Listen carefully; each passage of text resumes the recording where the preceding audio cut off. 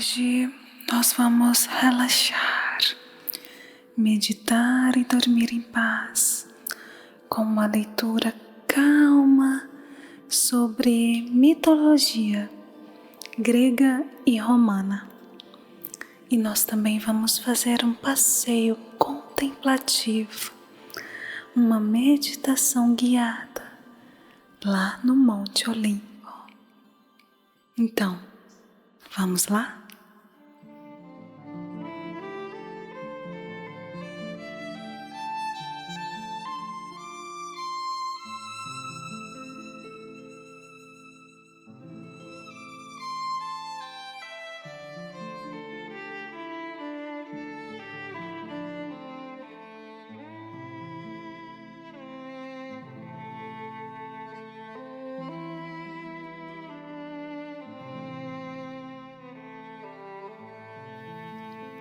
Agora, eu convido você a fechar os olhos suavemente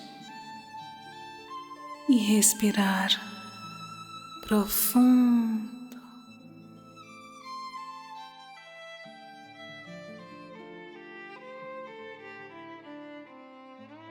Relaxe completamente nesse momento.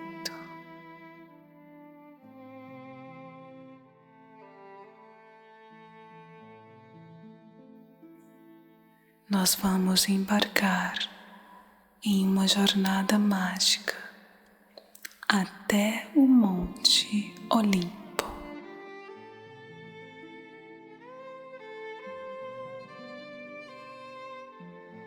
Imagine-se sentado à sombra de uma oliveira antiga, suas raízes profundas entrelaçando-se com as pedras do Monte Olimpo.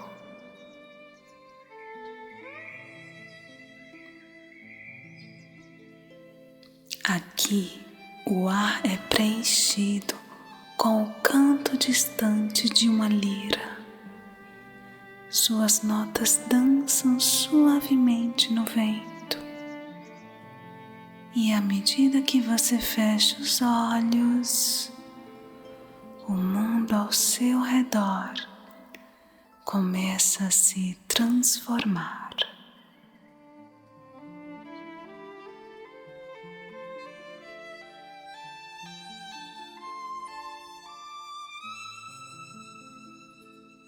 Você está subindo uma trilha antiga de pedras douradas.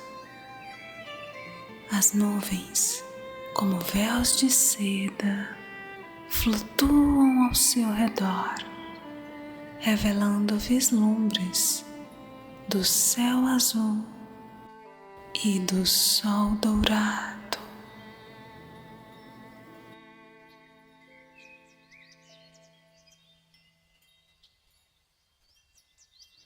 O aroma de ervas selvagens e flores do campo perfumam o ar, trazendo uma sensação de renovação.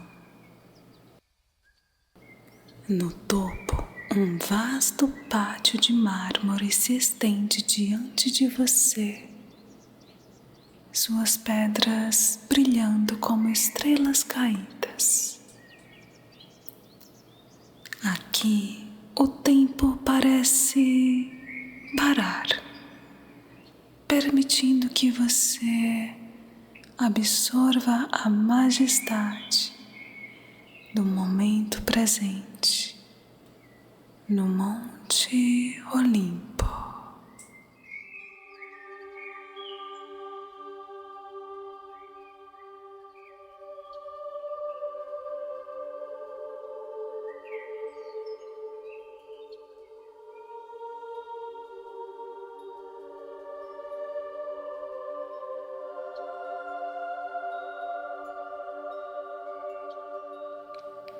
As estátuas dos deuses imponentes e serenos observam em silêncio, guardiões eternos deste reino sagrado.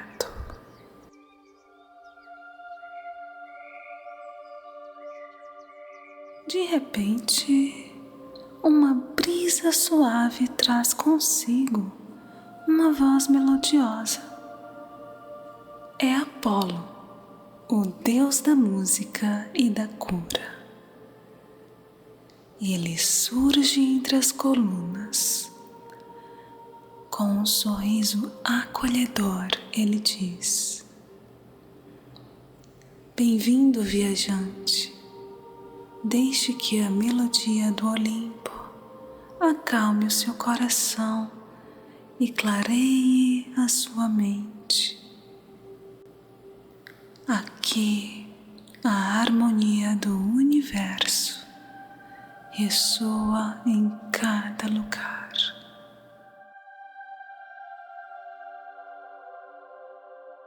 Enquanto você respira profundamente, sinta a música de Apolo envolver você. Em cada nota, uma onda de tranquilidade que se espalha por todo o seu ser.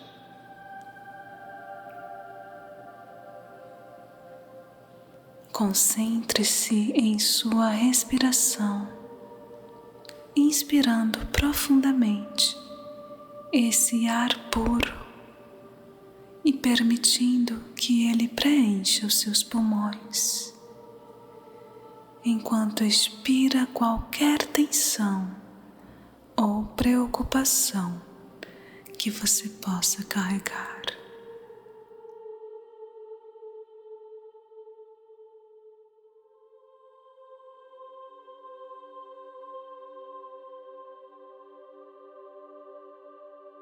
Ao chegar ao topo do Monte Olimpo, sinta a imensidão do espaço, onde o céu encontra a terra e nuvens macias envolvem o ambiente, criando uma sensação de estar flutuando entre os deuses.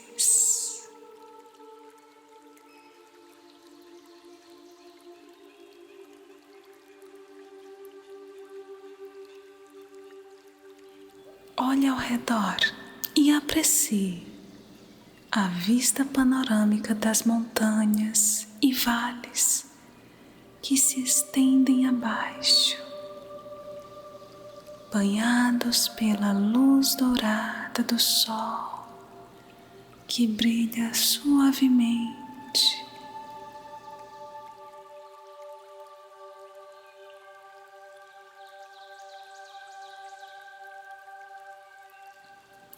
Perceba detalhes ao seu redor, o som distante de um rio correndo, o cheiro da vegetação úmida e a sensação do vento acariciando o seu rosto.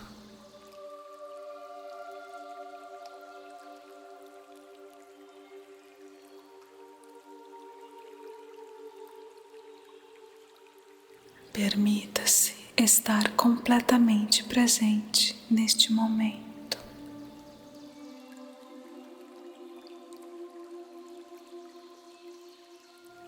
Agora vamos caminhar em direção ao majestoso Palácio dos Deuses.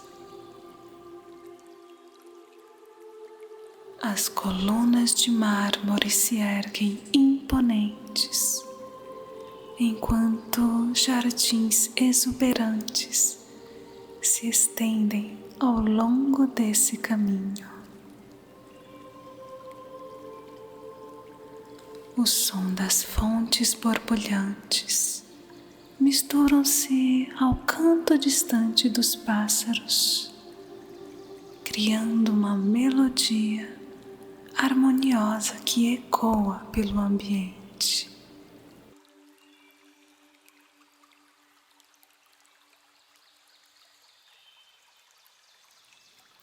Nesse grande palácio, um sábio historiador nos aguarda. E ele estava apenas nos esperando para compartilhar histórias e conhecimentos sobre a mitologia grega e romana.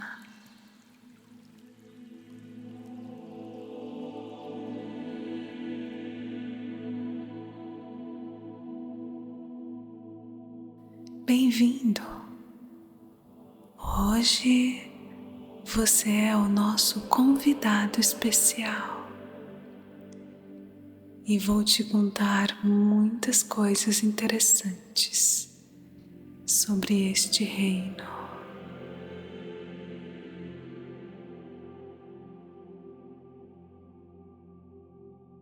Esse historiador tem o poder de saltar entre o passado, o presente e o futuro, quando bem entende. Neste momento, nós estamos no presente e ele começa a contar. As religiões das antigas Grécia e Roma encontram-se extintas.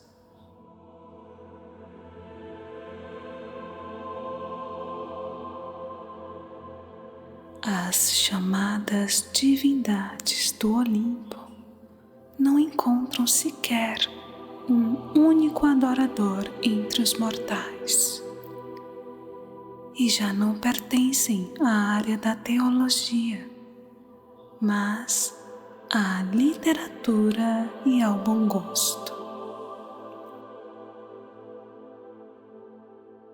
E aí permanecerão, pois se encontram tão profundamente conectadas ao que há de melhor na poesia e na arte, antiga e moderna, que jamais cairão no esquecimento.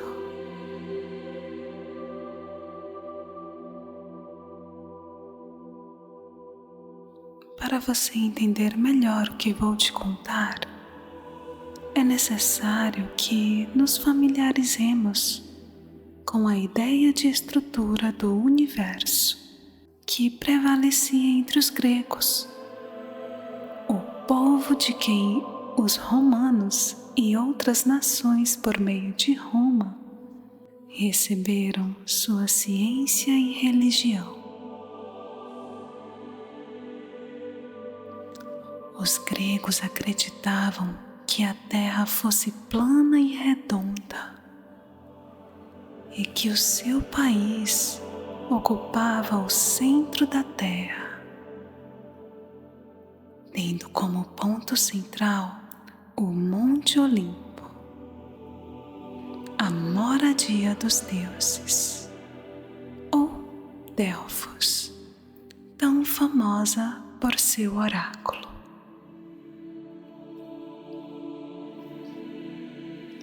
O disco circular da Terra era atravessado de leste a oeste e dividido em duas partes iguais pelo mar, como chamavam o Mediterrâneo e sua continuação, o Mar Negro, os únicos mares que conheciam. Ao redor da Terra corria o Rio Oceano, cujo curso seguia do sul para o norte, na parte ocidental da Terra, e na direção oposta, na parte oriental. Seu curso constante de correnteza equilibrada não era perturbado por chuvas pesadas ou tempestades. O mar e todos os rios do planeta recebiam dele as suas águas. O lado setentrional da Terra era supostamente habitado por uma raça feliz, chamada de hiperbóreos, que viviam numa felicidade eterna e em permanente primavera, para além das montanhas majestosas, de cujas cavernas sopravam os cortantes ventos do norte, que faziam tremer de frio os habitantes de Hélade, Grécia.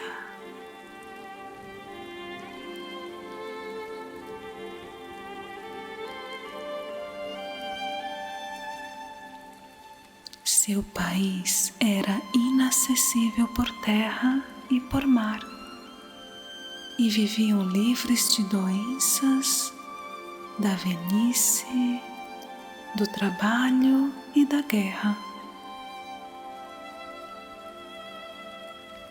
O poeta Moore nos deixou Canção de um Hiperbóreo, que assim começa: venho de uma terra banhada pelo sol, onde jardins dourados resplandecem, onde repousam bonançosos ventos do norte, que por lá jamais sopraram.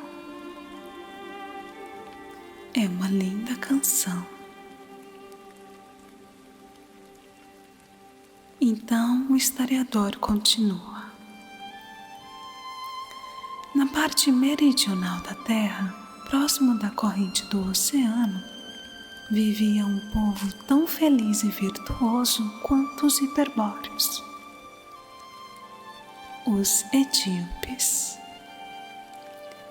Eles eram tão favorecidos pelos deuses que estes, às vezes, se dispunham a deixar suas moradias no Olimpo para compartilhar os seus sacrifícios e banquetes. No lado ocidental da Terra, às margens do rio Oceano, havia um lugar venturoso, conhecido como os Campos Elíseos. É para lá que os mortais privilegiados pelos deuses eram transportados, sem ter provado o sabor da morte, a fim de desfrutarem as bem-aventuranças da imortalidade.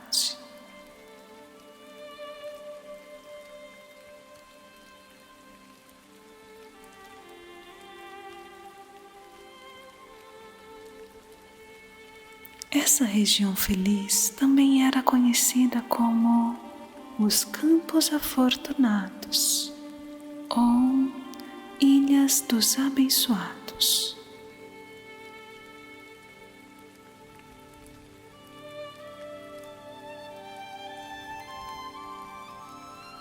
Como vemos, os gregos das primeiras eras sabiam muito pouco ou quase nada sobre a existência de outros povos, além daqueles que habitavam as regiões a leste e ao sul do seu país, ou perto do litoral do Mediterrâneo. A imaginação deles povoava de gigantes, monstros e feiticeiros toda a parte ocidental do mar, enquanto colocava em volta do eixo terrestre, que certamente consideravam de extensão reduzida, nações que desfrutavam privilégios especiais dos deuses, que as abençoavam com prosperidade e longevidade.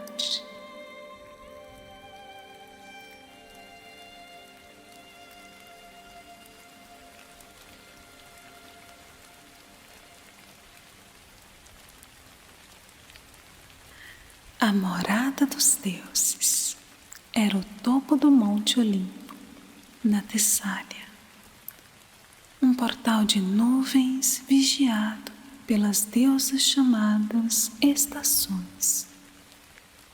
Se abria para dar passagem aos imortais a caminho da terra e para recebê-los em seu regresso. Os deuses possuíam moradas separadas, mas todos compareciam ao palácio de Júpiter quando convocados, onde também se apresentavam os deuses que costumavam morar na terra, nas águas ou debaixo da terra. Era também no grande salão do palácio do rei do Olimpo que os deuses se deliciavam com ambrosia e néctar, sua comida e bebida. O néctar era servido pela adorável deusa Hebe. Ali tratavam de assuntos relativos ao céu e à terra. Enquanto bebiam o néctar, entretinham-se ao som dos acordes musicais da lira de Apolo, o deus da música.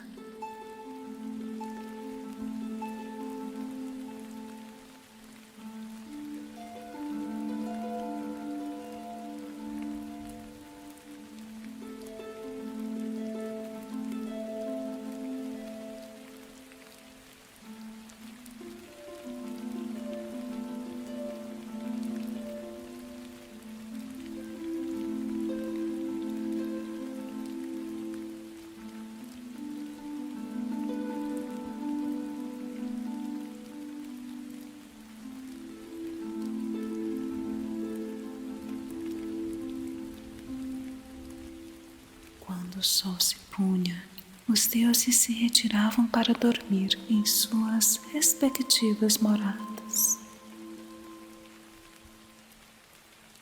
As túnicas e outras peças do vestuário das deusas eram tecidas por Minerva e pelas três Graças, e tudo que fosse de natureza sólida era feito de metais variados.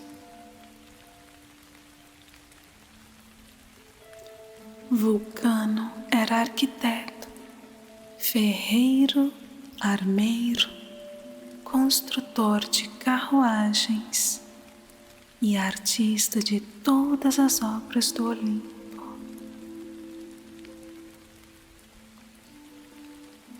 Construía as moradas dos deuses com bronze e confeccionava para eles sapatos de ouro,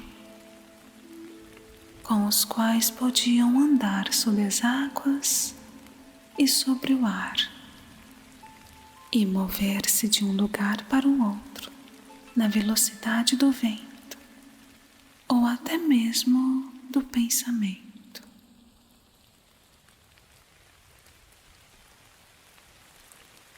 Também calçou de bronze os corcéis celestiais, que puxavam as carruagens dos deuses pelo céu ou sobre as águas do mar. Era capaz de dar movimento próprio a tudo o que inventava. E desse modo, as trípodes, cadeiras e mesas podiam deslocar-se para dentro e para fora dos salões celestiais.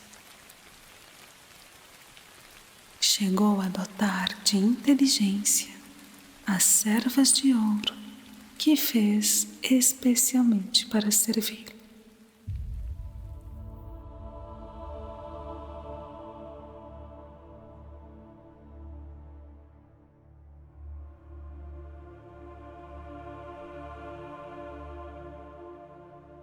Júpiter ou Jove também conhecido como Zeus, embora chamado de pai dos deuses e dos homens, teve um princípio.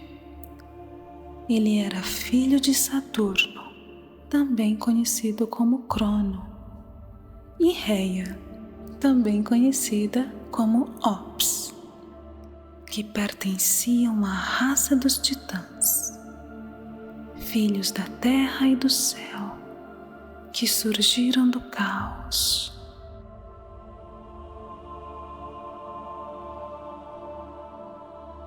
Existe uma outra cosmogonia, isto é, história da criação, segundo a qual a Terra, Erebo e o amor foram os primeiros seres. O amor, também conhecido como Eros, nasceu do ovo da noite, que flutuava no caos. Com a sua flecha e a sua tocha, atingia e animava todas as coisas, gerando vida e alegria.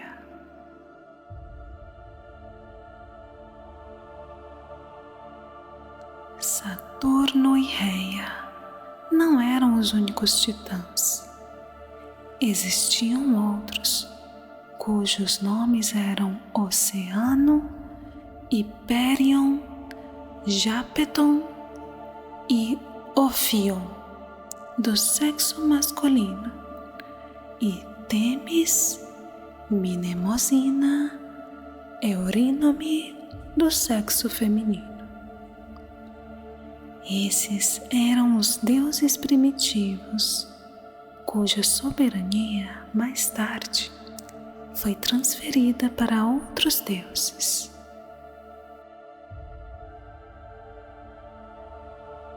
Saturno cedeu lugar a Júpiter, Oceano a Netuno e Hyperion a Apolo. Hyperion era o pai do Sol, da Lua e da Aurora. É, portanto, o Deus Sol original e é sempre descrito com beleza e esplendor, mais tarde atribuídos a Apolo.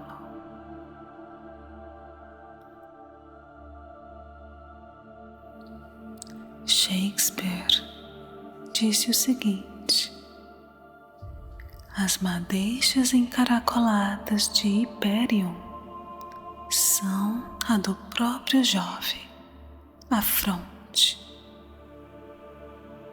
Ou seja, ele comparou a beleza de Hyperion com a própria beleza de Zeus, o pai dos deuses e dos homens.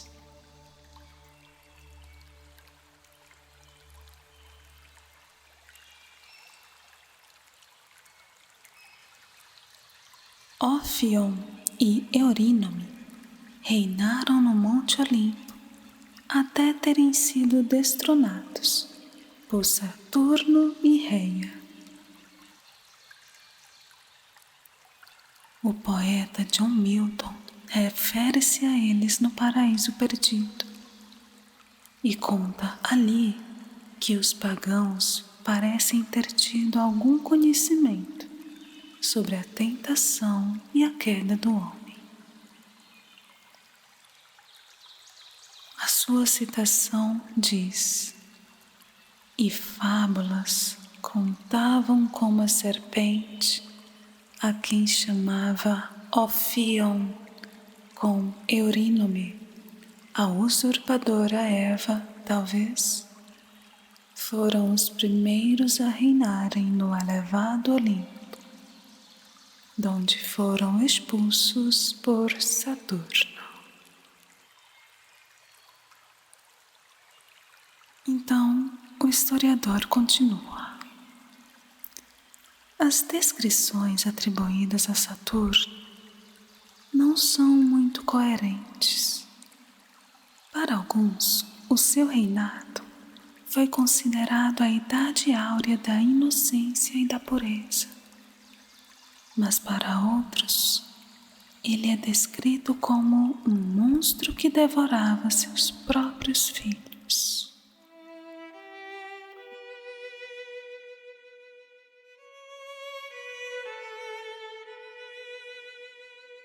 Júpiter, contudo, escapou a este destino e, quando cresceu, casou-se com Metis, que significa prudência, a qual preparou uma poção para Saturno, que o fez vomitar os filhos que engolira. Júpiter, juntamente com seus irmãos e irmãs, revoltou-se contra Saturno e seus irmãos, os titãs. Os titãs foram derrotados. Alguns deles foram aprisionados no Tártaro e os demais receberam outros tipos de castigo. Atlas foi condenado a sustentar o céu em seus ombros.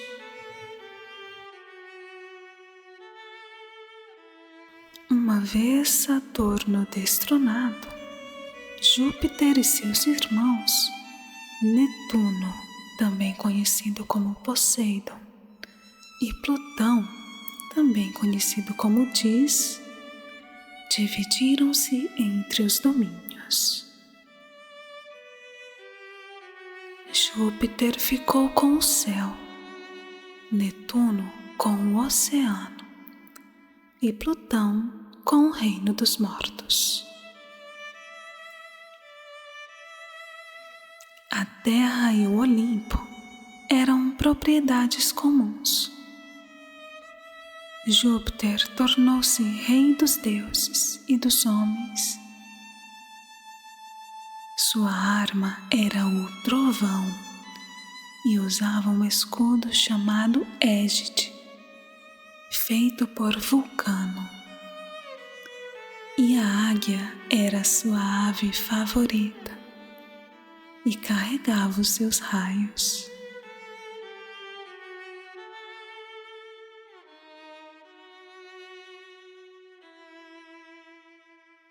Juno, também conhecida como Hera, era a esposa de Júpiter e a rainha dos deuses.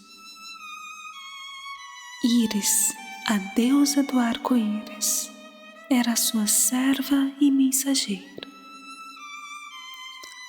O pavão era sua ave predileta. E Vulcano, também conhecido como Hefesto, era o artista celeste. Ele era filho de Júpiter e de Juno, e nascera coxo, e sua mãe ficou tão desgostosa ao vê-lo que o atirou para fora do céu. E outra versão diz que Júpiter dera-lhe um pontapé por ter tomado o partido da mãe numa briga entre eles. Sendo assim, a deficiência de Vulcano seria consequência da queda, a qual demorou um dia inteiro, terminando na ilha de Lemos, que daí em diante, para ele, passou a ser considerada sagrada. O poeta John Milton referiu-se a essa versão no livro 1 do Paraíso Perdido, onde ele fala: caiu desde o amanhecer até o meio-dia, e do meio-dia até o anoitecer orvalhado. Um dia de verão, e com o pôr do sol, caiu do zênite, qual estrela cadente, sobre Lemnos na ilha Egeia. Então o historiador continuou a contar. Marte, também conhecido como Ares, o deus da guerra, era também filho de Júpiter e de Juno. E Febo, também conhecido como Apolo, o deus dos arqueiros, da profecia e da música, era filho de Júpiter e de Latona, e irmão de Diana, também conhecida como Ártemis.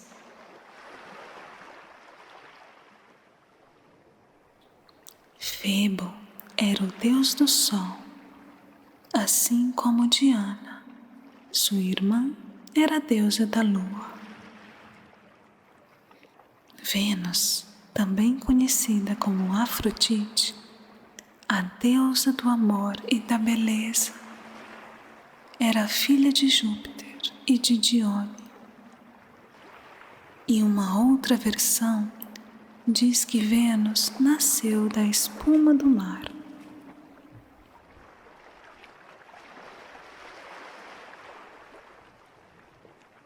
Zéfiro a fez flutuar sobre as ondas até a ilha de Chipre, onde foi acolhida e vestida pelas estações e depois conduzida à Assembleia dos Deuses.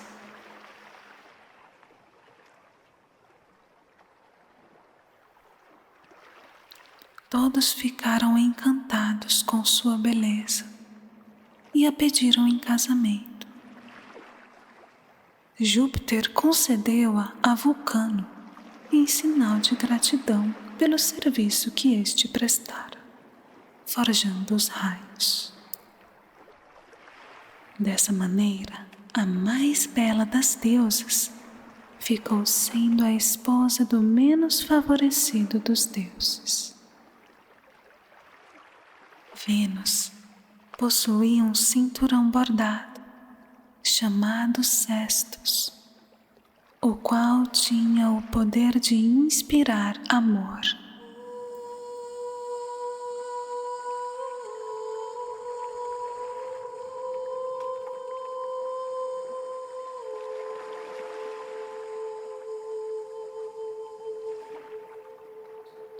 Suas aves favoritas eram os cisnes e os pombos. E as plantas consagradas a ela eram a rosa e o mirto. Cupido, também conhecido como Eros, o deus do amor, era filho de Vênus e seu companheiro constante. Armado com arco e flechas, atirava as flechas do desejo no coração dos deuses e dos homens.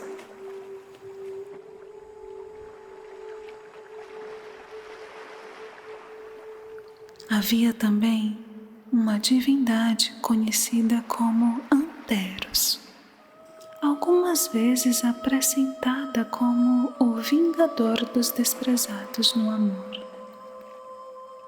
e outras vezes como o símbolo do amor recíproco.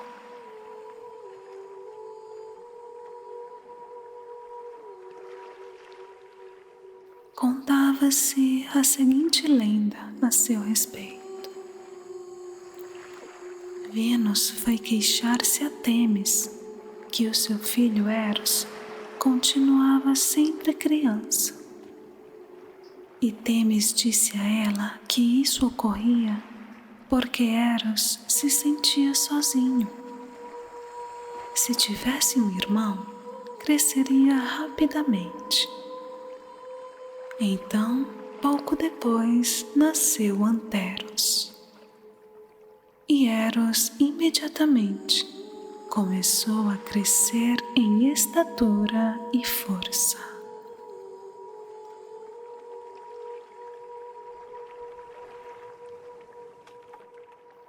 Minerva, também conhecida como Palas Atena, a deusa da sabedoria, nasceu de Júpiter sem ter tido mãe. Ela saiu da cabeça dele completamente armada. Seu pássaro favorito era a coruja. A planta a ela dedicada era a oliveira. Mercúrio, também conhecido como Hermes, era filho de Júpiter e de Maia. Era o deus do comércio, das lutas e outros exercícios olímpicos, até mesmo do furto. Enfim, tudo que demandasse habilidade e destreza. Ele era o mensageiro de Júpiter e usava capacete e calçados alados. Trazia nas mãos um bastão entrelaçado com 2 serpentes, denominado caduceu. Atribuía-se a Mercúrio a invenção da lira. Tendo um dia encontrado uma tartaruga, pegou seu casco, perfurou as extremidades opostas, passou cordas de linho através destes orifícios e o instrumento estava completo. Possuía 9 cordas, em homenagem às 9 musas. E Mercúrio deu a lira a Apolo, recebendo em troca o caduceu.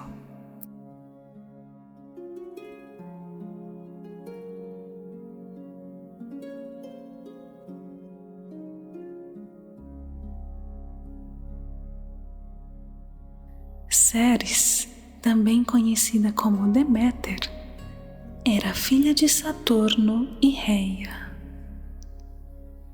Ela teve uma filha chamada Proserpina, que também era conhecida como Perséfone. Ela mais tarde se tornou esposa de Plutão e rainha do reino dos mortos. E Ceres era a deusa da agricultura.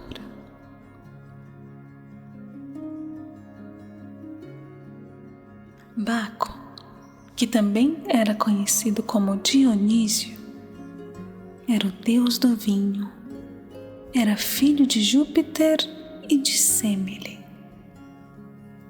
Representava não apenas o poder embriagador do vinho, mas também suas influências benéficas na sociedade, de maneira que era considerado legislador, promotor da civilização e amante da paz.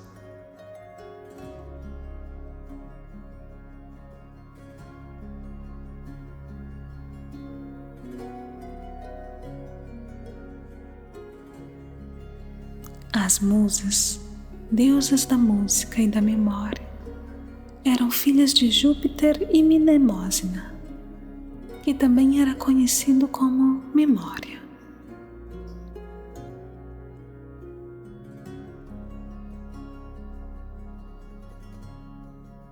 Eram 9, e a cada uma delas era destinado um ramo especial da literatura, da ciência e das artes. Calíope era a musa da poesia épica, Clio da história, Euterpe da poesia lírica, Melpomene da tragédia, Terpsícore da dança e do canto, Érato da poesia amorosa, Polímnia da poesia sacra, Urânia da astronomia e Thalia da comédia. As 3 graças eram as deusas dos banquetes, das danças e todo tipo de entretenimento e arte. Também as moiras eram 3, Cloto, Láquesis e Atropos. Seu ofício consistia em tecer o fio do destino humano. Eram armadas com tesouras com as quais tinham o poder de cortar esse fio quando bem quisessem. Eram filhas de Temis, que significa lei, que se sentara ao lado de Júpiter em seu trono para dar-lhe conselhos. As Erinhas, ou Fúrias, eram 3 deuses que puniam secretamente, com ferroadas, os crimes daqueles que burlavam ou desafiavam a lei.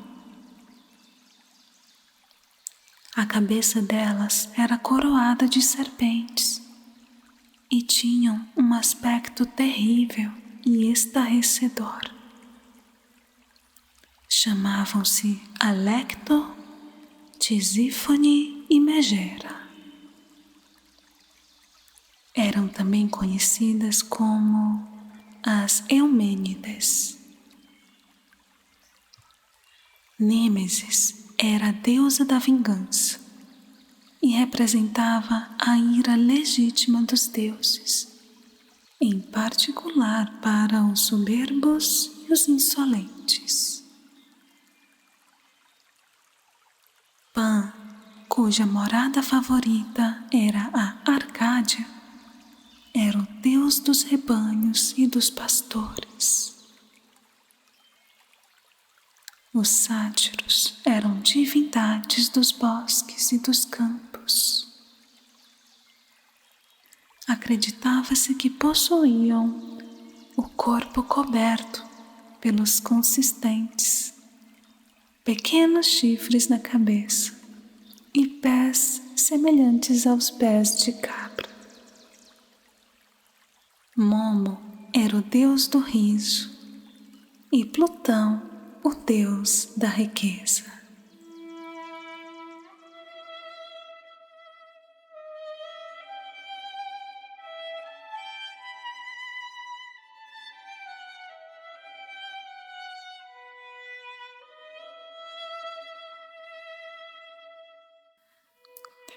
As divindades citadas até agora são gregas, embora também aceitas pelos romanos. As que se seguem são as divindades peculiares à mitologia romana.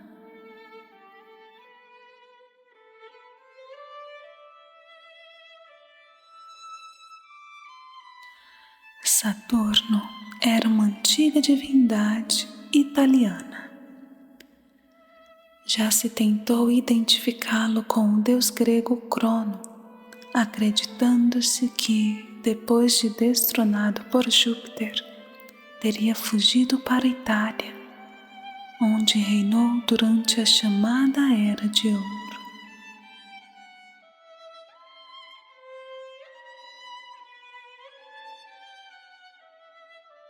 Em memória ao seu reinado benéfico, celebravam-se anualmente, durante o inverno, as festividades denominadas Saturnais. Nessa ocasião, todos os negócios públicos eram suspensos. As declarações de guerra e as execuções de criminosos eram adiadas, e os amigos trocavam presentes entre si e também concediam aos escravos uma espécie de liberdade momentânea.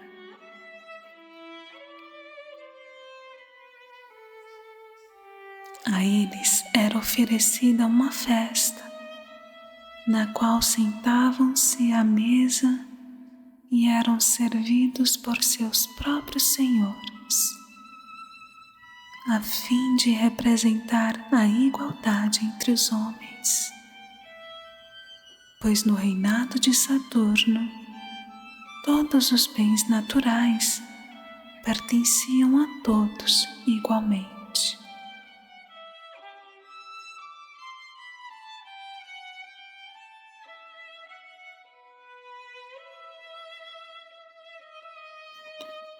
Fauno, neto de Saturno, era adorado como o deus dos campos e dos pastores, e também como um deus profético.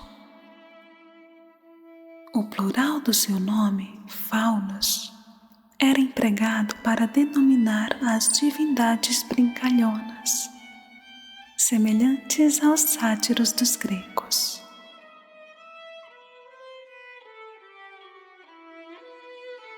Quirino era deus da guerra, identificado como Rômulo, o fundador de Roma, o qual foi exaltado depois da sua morte, sendo levado para um lugar entre os deuses.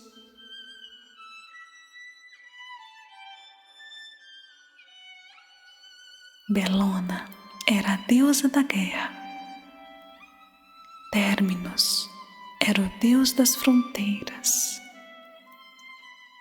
A sua estátua era representada simplesmente por uma pedra ou poste, fincados no chão para demarcar os limites territoriais. Pales era a deusa do gado e das pastagens. Pomona era a deusa das árvores frutíferas. E Flora, a deusa das flores. Lucina era a deusa incumbida dos nascimentos. Vesta, a Héstia dos gregos, era a divindade que presidia as piras, públicas e particulares. Uma chama sagrada ardia permanentemente em seu templo, a qual ficava sob a guarda de 6 sacerdotisas virgens, as Vestais. Como se acreditava que a segurança da cidade estava diretamente relacionada à conservação dessa chama, qualquer negligência das Vestais era punida severamente. Caso a chama se apegasse, deveria ser reacendida pelos raios de sol. Liber era o nome latino de Baco. Mulciber, o de Vulcano. Jano era o porteiro do céu. Era ele o responsável pela abertura do ano, sendo o primeiro mês nomeado em sua honra. Era a divindade guardiã das passagens, começos e finais, e por isso mesmo é geralmente representado com 2 caras, pois todas as portas se abrem para os 2 lados. Seus templos em Roma eram numerosos. Em tempos de guerra, os portões do templo principal permaneciam abertos, e em tempos de paz eram fechados. No entanto, só permaneceram fechados uma vez entre o reinado de Numa Pompílio e o de Augusto. Os Pênates eram os deuses responsáveis pelo bem-estar e prosperidade das famílias. Seu nome vem de Penos, a despensa, que a eles era consagrada. Cada chefe de família era o sacerdote dos Pênates de sua própria casa.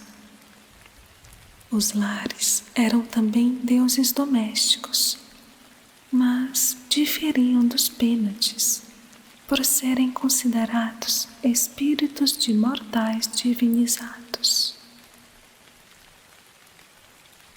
Os lares de uma família eram as almas dos antepassados a proteger os descendentes.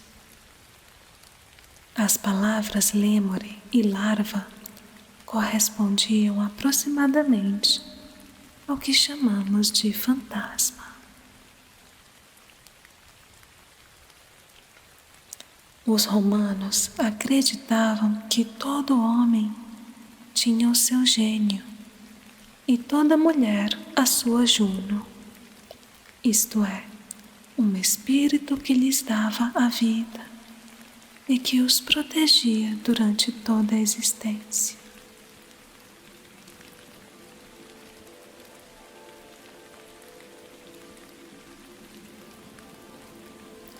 Nos dias de aniversário, os homens faziam oferendas ao seu gênio e as mulheres à sua Juno. Assim se refere um poeta moderno a algumas dessas divindades romanas. Diz Macaulay em Profecias de Capes: Pomona ama o pomar, e Liber ama a vinha, e Pales ama o estábulo, feito de palha e aquecido pelo calor da respiração do gado. Vênus ama o sussurro entre o jovem e a donzela apaixonada, sob o luar de marfim de abril, sob a sombra de um castanheiro.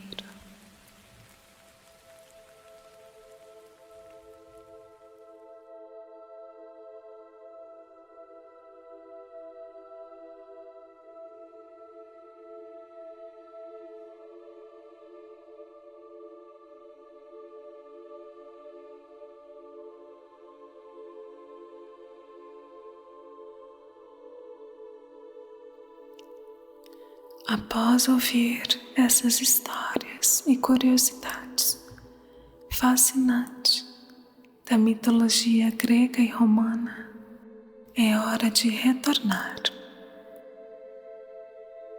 trazendo consigo a sabedoria e a serenidade adquiridas nesta jornada.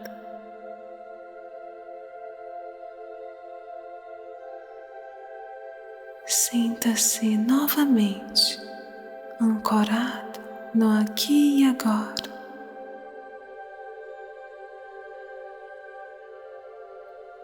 Enquanto inspira profundamente.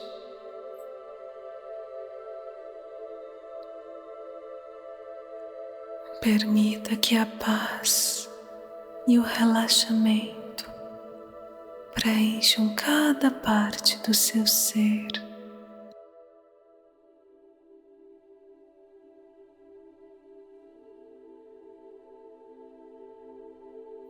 Ao expirar, deixe ir qualquer resquício de tensão, sabendo que você está envolto em uma tranquilidade profunda.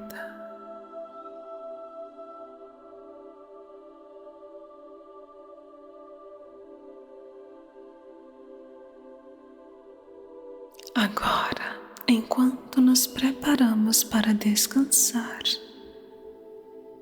imagine-se sendo guiado por Atena até um quarto especial no Monte Olimpo, reservado apenas para você.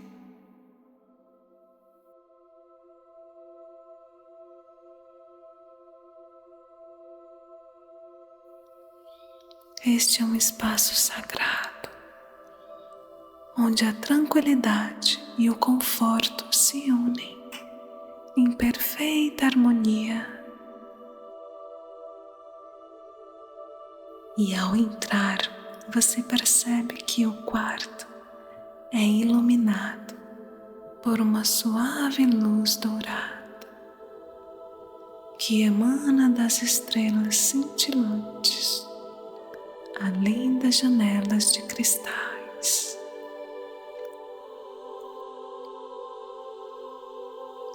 No centro do aposento, uma cama extraordinária o aguarda, feitas de nuvens macias e envolventes.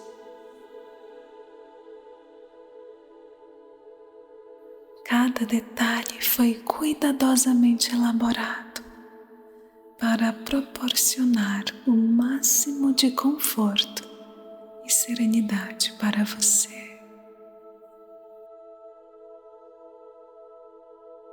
As nuvens formam um colchão etéreo que se molda gentilmente ao seu corpo, acolhendo-o com uma ternura celestial.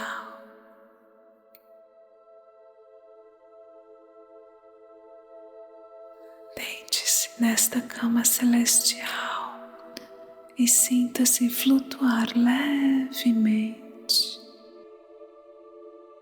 como se estivesse sendo embalado pelo próprio céu.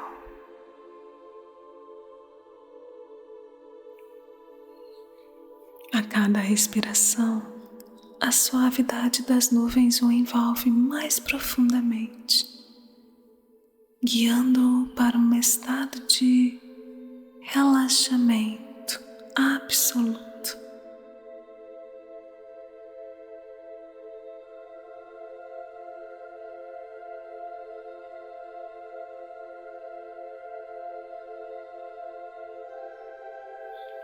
Permita que os seus pensamentos se dissipem como a névoa da manhã, enquanto o Monte Olimpo sussurra canções antigas e mágicas.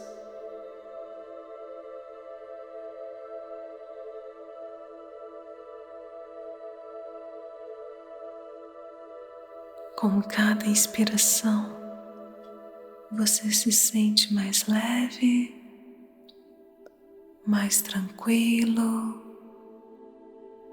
sendo gentilmente conduzido a um sono profundo e revigorante.